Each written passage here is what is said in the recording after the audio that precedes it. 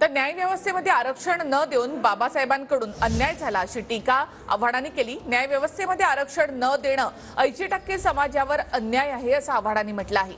न्यायपालिकेच्या काही निर्णयात जातीयतेचा वास येतो असं आव्हाड म्हणाले। तर मी माझी शंका व्यक्त केली, माझ्या विचारांना मान्यता द्या असं म्हटलं नाही, असं स्पष्टीकरण यावर जितेंद्र आव्हाड यांनी आज दिलं आहे। न्यायपालिकेच्या निर्णयामध्ये जातीयतेचा वास येतो असं मी म्हटलं नाही असं आव्हाड म्हणाले। व्यवस्थेमध्ये आरक्षण न देऊन इथल्या 80% समाजावरती बाबासाहेबांनी अन्याय केला। हे खूप धाडसी स्टेटमेंट आहे, पण ठीक आहे, चालतं। माझा विचार आहे। I am not contradicting anything, I am just saying की इट वॉज अवर राईट। आणला आणि तिथेच मी संपवला। जी माझी शंका होती ती मी व्यक्त केली।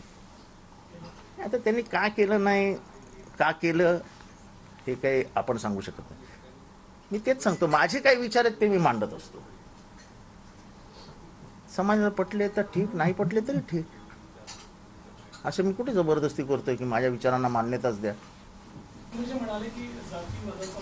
नाही, मी असं कुठेही म्हटलेलं नाही। तुम्ही ऑन रेकॉर्ड तपासून बघा।